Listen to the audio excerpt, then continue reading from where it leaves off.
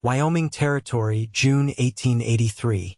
The wind came down off the bighorns like it had something to prove, kicking dust across the road just as Clara Vance stepped off the stagecoach in the town of Dry Creek. She blinked against the grit, her gloved hand steadying the brim of her hat, spine straight despite the stares from a handful of townsfolk lingering near the post office. Her trunk thumped to the ground behind her, and with it, the last weight of her old life. She had been left in Kansas 2 months ago quietly, cruelly by a man who said he needed a legacy, and she could not give him one. Not your fault, the doctor had said. Did not matter. Clara adjusted her skirts and looked around the town with calm, level eyes. She was 31, childless and alone, but she had not come to Dry Creek to be pitied. She had come to start again.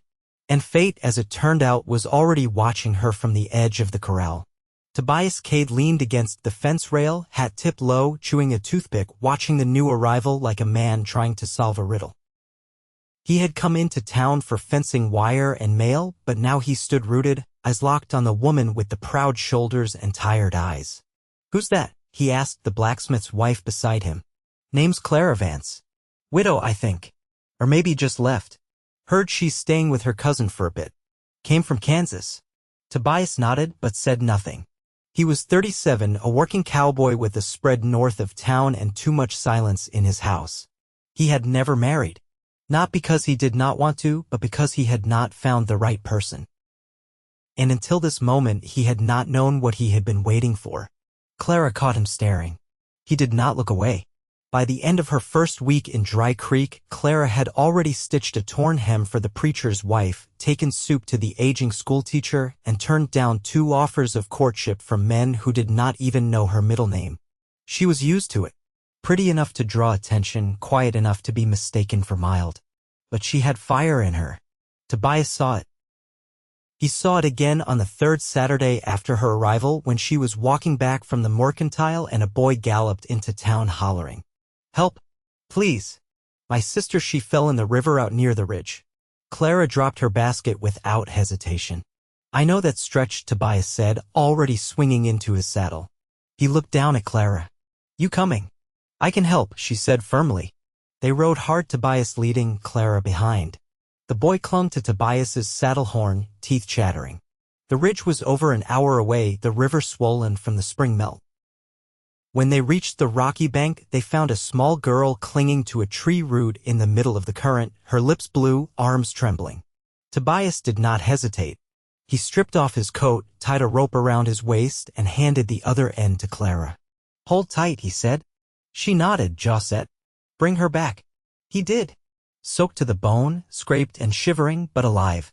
Clara wrapped the girl in her shawl and held her close as Tobias built a fire. The boy leaned against his sister's side, eyes wide with fear and relief. Clara's hands never stopped moving, checking the girl's pulse, brushing her wet hair back, murmuring soft encouragements. "You stayed calm," Tobias said, his voice low. "So did you," Clara answered. Their eyes met across the fire. They saw more of each other after that. Not by design, not at first. But Clara began stopping by Tobias's ranch with fresh bread or mended shirts, and Tobias started appearing outside her cousin's house with bags of grain she had not asked for. "I had extra," he would say. "Then I suppose I should bake something with it," she would reply. They spoke of land and weather, of horses and books. She had a sharp mind, and he liked that. He had a quiet steadiness, and she liked that.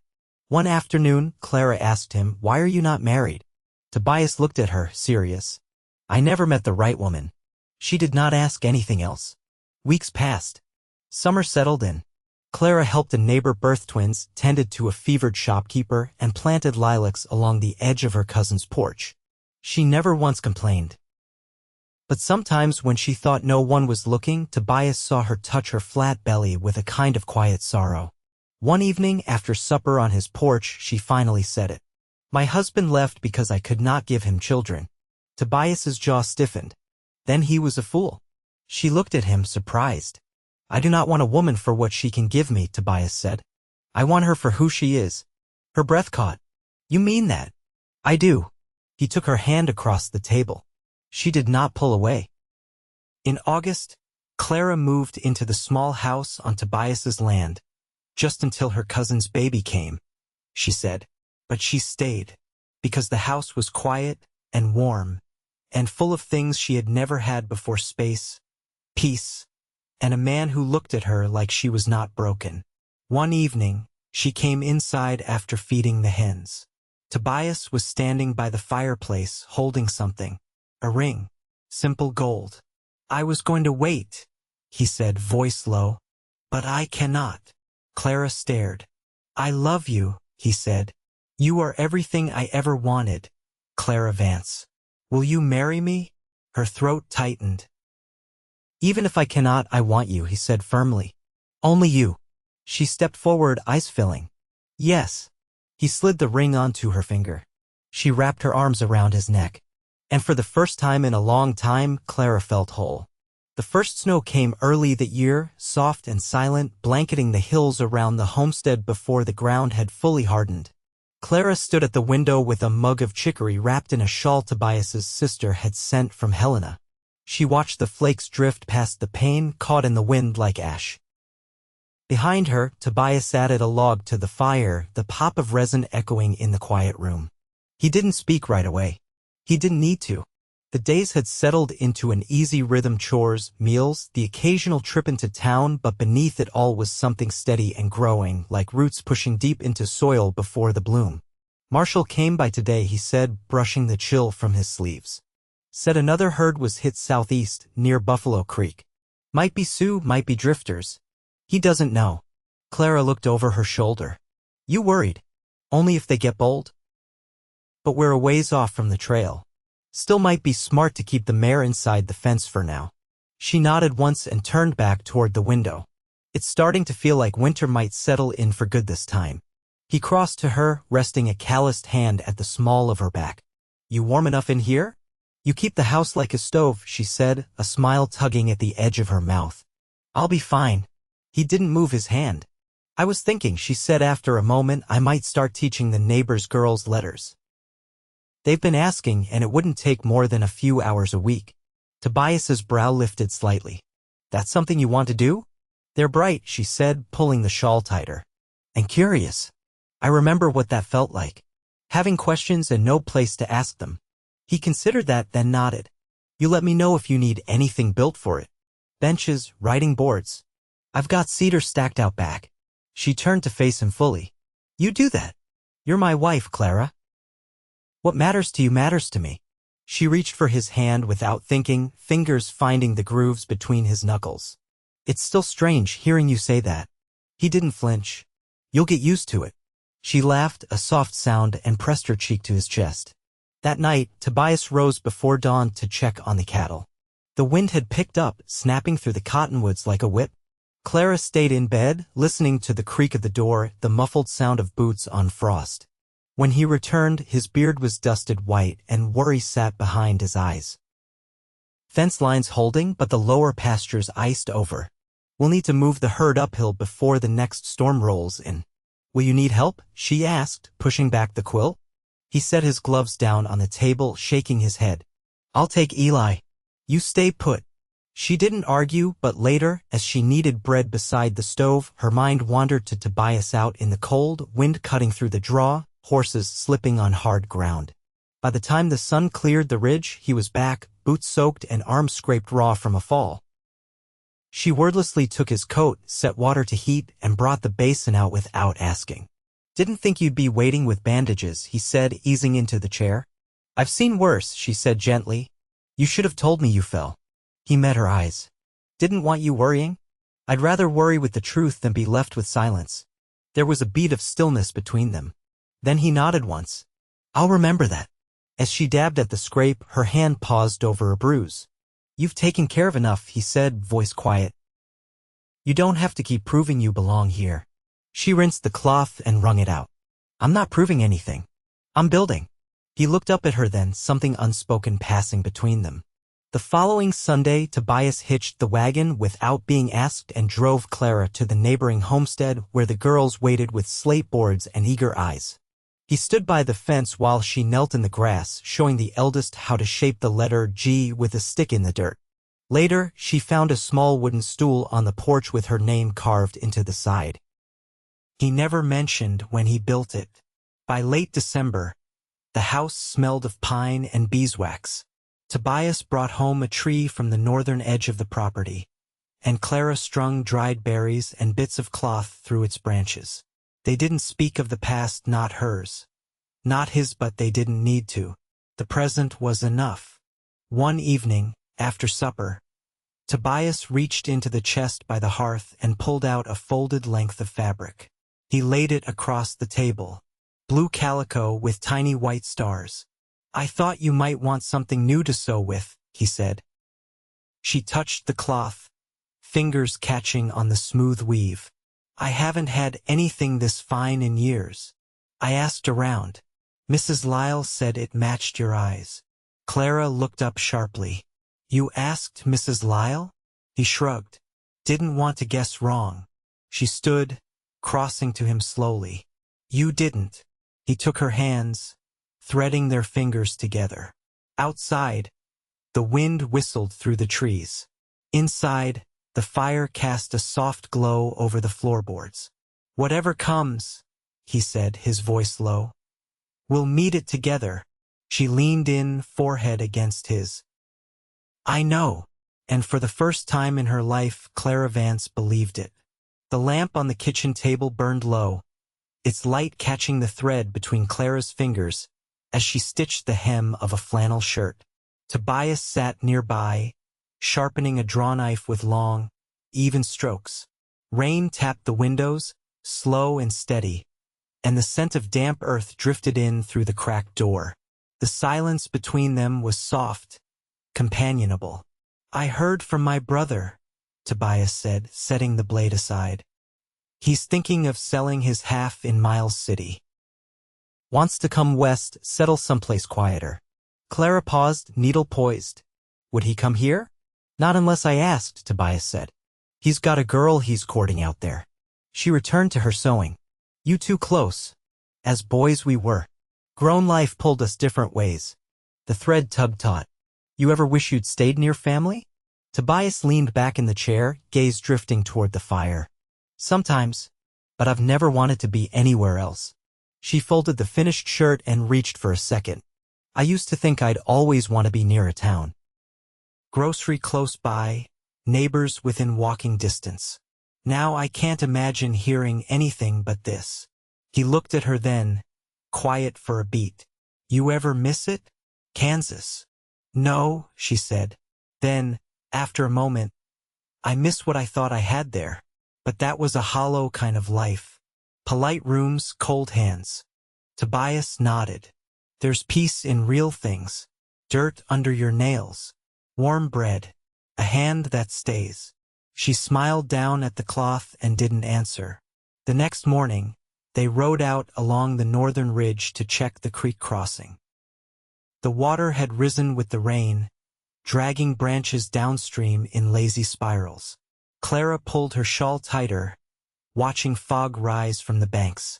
"We should build a footbridge come spring," she said. "The girls could use it getting to the schoolhouse." Tobias dismounted and tied his reins. "We'll need cedar or fir. Something that won't rot quick." Clara stepped down and followed him to the edge. "My father used to build with hickory. I remember watching his hands more than the wood. You talk about him less than your mother." "He died when I was 18, she said, brushing hair from her face. "He was the only one who ever let me be quiet without asking why." Tobias picked up a stone and flicked it into the creek. "He'd have liked it here." She nodded. "You remind me of him some days." He didn't answer, but he reached for her hand, and they stood along while watching the current roll past, neither speaking. Later, over stew and cornbread, Tobias unfolded a worn paper from the drawer by the hearth. A land ledger. He spread it across the table, tapping a blank square near the northern border. "That patch has never been cleared. I've been thinking about a second cabin. Something small." Clara lowered her spoon. "For what?" "Space. For visitors. Or if you ever wanted to teach more regular." She traced the edge of the paper. "You'd give up pasture for that?" "I'd give up more than that if it gave you something to build into." She looked up. "You've already given me more than I thought I'd ever have." He folded the paper again, slow and careful. "You never asked for it. I didn't think it existed." They finished the meal in silence, but later, when the lamps were out and the wind had died down, Clara rested her head against his shoulder in bed and whispered, "I want to build something with you. Not just rooms or fences. A whole life." Tobias turned toward her, tucking her close. "We already are." The next morning, she found him mending a bridle near the barn, and without saying anything, she brought out a small parcel wrapped in muslin. He opened it to find a folded paper inside, her handwriting neat and deliberate. It was a list. Not things to buy, but things to make. A garden bed near the kitchen window, shelves along the back wall of the sitting room, a bench under the cottonwood by the ridge. He met her eyes, and she said, "It's time we planted more than lilacs." He didn't speak, but he reached out and touched the edge of the list with a reverence that made her throat tighten.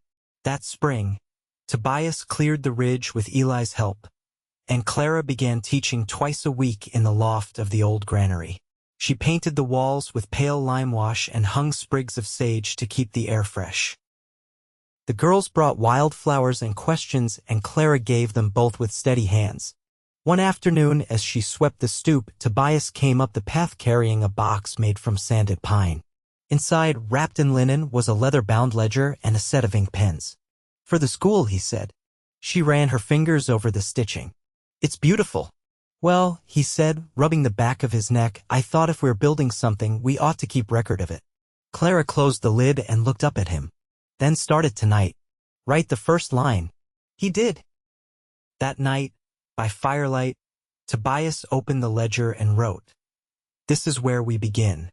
High summer settled over the land in a hush, the kind that made everything slow and deliberate: the swing of a gate, the creak of a saddle, the heavy breath of cattle under a cottonwood's shade. The creek ran low now, just a thread of silver winding through dry rock. Clara walked its edge with her skirts gathered in one hand, a tin pail swinging from the other, eyes scanning for wild mint. Tobias had gone out before first light to help Eli with a downed steer 2 properties south. He'd left a note scratched on the inside of the flour sack, just her name and a direction. She smiled when she found it, folded it once, and tucked it into the drawer with the ledger. The mint grew near the bend, beneath a patch of willow where the soil stayed damp. She knelt there, careful not to tear the roots, the sun warming her back. As she worked, the distant thrum of hooves rose behind her. By the time she stood, Tobias was coming down the slope, his shirt clinging damp to his shoulders, a look in his eyes that told her the steer hadn't made it. "I won't ask," she said, slipping the pail handle over her wrist. "Good," he said, dismounting. "Nothing worth saying." They walked back together, the horse trailing behind, reins swinging loose. Clara kept pace beside him, her hand brushing against his once, then again, until he caught it and didn't let go. "I've been thinking," he said as they reached the rise where the house came into view. "That always means trouble," she replied, slanting him a look. He squeezed her hand. "I want to take you to the county fair." She blinked. "That's 3 days' ride. We'll stop halfway." "Take the wagon, bring the folding cot." "You've never been, have you?" "I haven't," she admitted. "I always thought those were for families with children." He didn't answer right away. At the top of the hill, he turned and looked out over the valley where hay shimmered gold in the light. "There's more than one kind of family, Clara," he said. "Ours just looks different." She didn't speak, but she leaned into him, shoulder to chest, and let the pail swing between them. That week, she sewed a dress with pale green muslin she'd traded for with eggs and dried sage. Tobias shaved, wore his cleanest shirt, and hitched the wagon with the care of a man preparing for something sacred. They left at dawn, Clara's hand resting on the seat beside him, not touching his but near enough. The fairgrounds buzzed with voices and the smell of hot cornmeal. There were wagons from Cheyenne, from Casper, even one all the way from Denver. Tobias helped her down and led her past pens of prize goats and men hollering over pies. Clara watched it all with a quiet wonder, her eyes wide, her posture still composed but looser than usual, like something in her had started to breathe deeper. They stopped at a booth where a man carved spoons from aspen. Clara turned one over in her palm, fingers lingering on the grain. "You like it?" Tobias asked. "It's fine work," she said. "Smooth finish." He paid for it without a word and handed it to her. "For the schoolhouse," he said. They walked on. A girl no older than 10 dragged her mother toward the quilting tent, and Clara's gaze followed them. Tobias said nothing until they reached the shade of a vendor's awning. Then, quietly, "Does it still ache?" She looked at him, caught off guard by the gentleness in the question. "There are days," she said, "but fewer now." He nodded.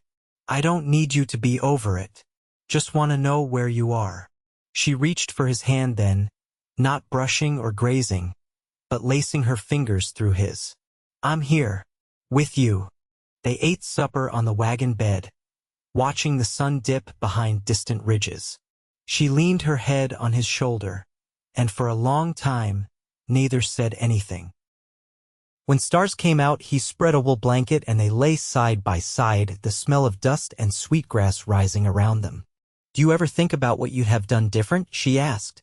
He looked up at the sky. "Sometimes, but thinking on what didn't happen won't change what did." She turned her face toward him. "I think I needed to lose that life to see this one." He didn't reply, but he reached for her hand again and they watched the stars wheel slowly overhead. The next morning, just as dawn broke pale and cold, Clara rose from the cot and stepped out barefoot into the grass. The fairgrounds were hushed now, tents sagging with dew, smoke rising from a few early fires. She walked to the edge of the field and stood there, arms folded, watching a hawk circle above the far trees.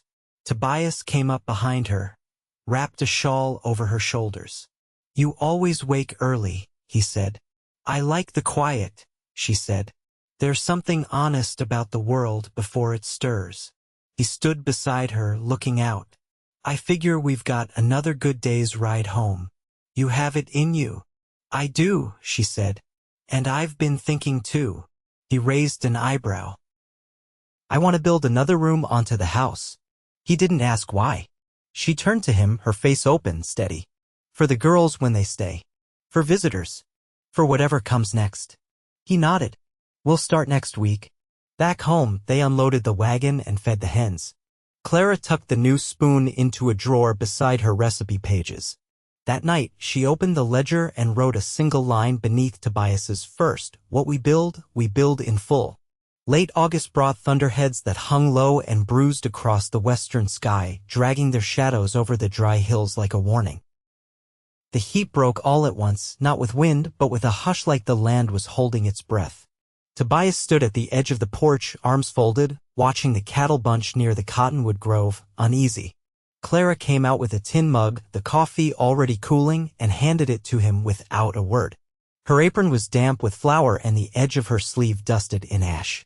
She'd been baking early, and he could still smell the cardamom she used when she thought no one noticed. He took a sip, "Eyes still on the horizon." "They're restless," he said. "They feel what's coming," she nodded. "Storm's close." A low rumble answered her, distant but rising. Tobias stepped down off the porch, scanning the clouds. "If it hits hard, we'll need to bring the herd into the south draw. Soil's firmer there." "I'll go with you," she said. "You've done enough already today." She met his eyes. "I know this land now, same as you. I want to help." He hesitated, then gave a short nod. "Take the roan. She handles better on slick ground." By the time they saddled and reached the pasture, the air had thickened, the scent of ozone curling through the grass. The first drops fell wide apart, darkening the dust like ink. Tobias whistled low and steady, guiding the cattle with slow sweeps of his arm. Clara flanked the stragglers, her voice low and firm when the younger ones balked. They worked without speaking, moving as if they'd done it 100 times. When the last steer cleared the gate into the draw, the skies opened. Rain came in sheets, flattening the grass, turning the trail to sludge. Clara swung down, hair plastered to her cheeks, boots sinking with every step. Tobias climbed down beside her, rain streaking his face.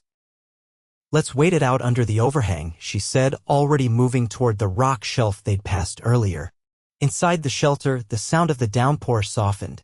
Wind curled in through the cracks, but it was dry enough to sit.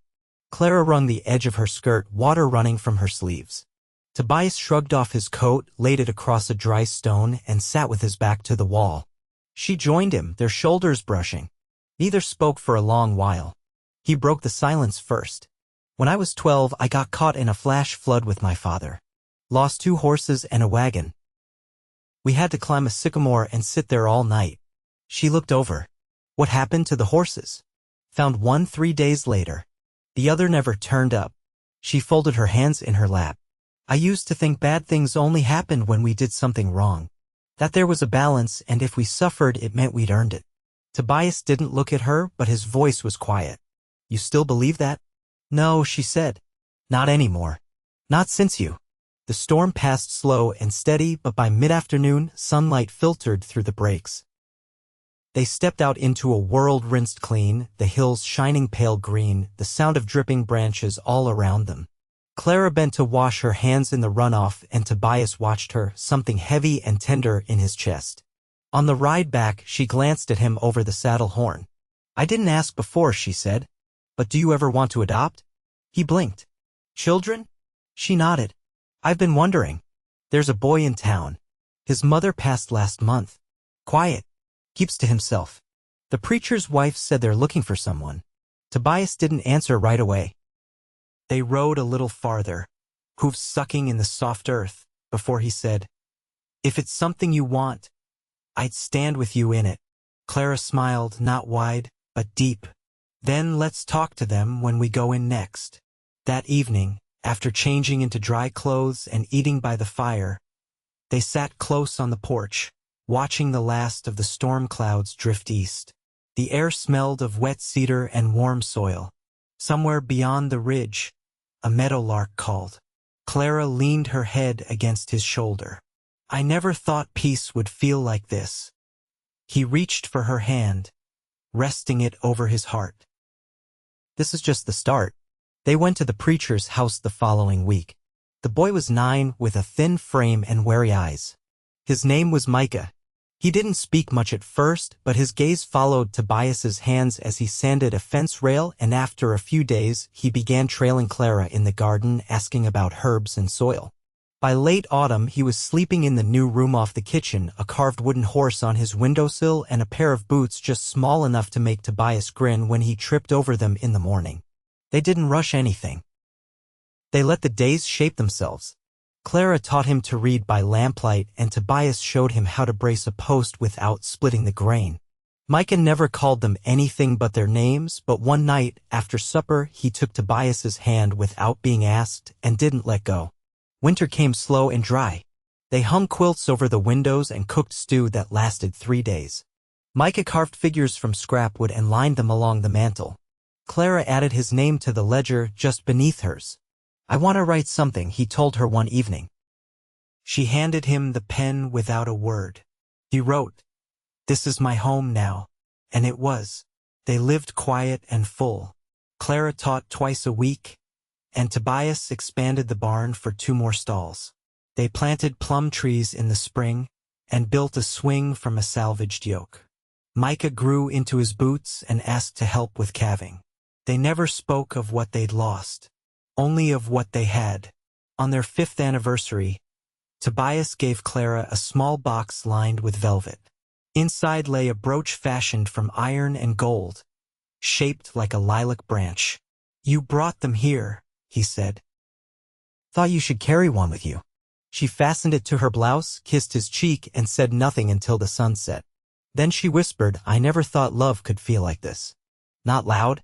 Just, sure. He pulled her close, his hand resting at the nape of her neck.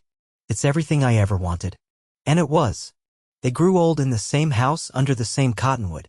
Micah married a schoolteacher from Sheridan and brought his own children to run through the fields they once cleared by hand. Clara taught them the names of the wildflowers.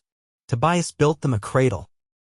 And every night, as the lamps dimmed and the fire burned low, Clara reached for his hand, and he held it, steady as always. Their life, built slow and strong, held.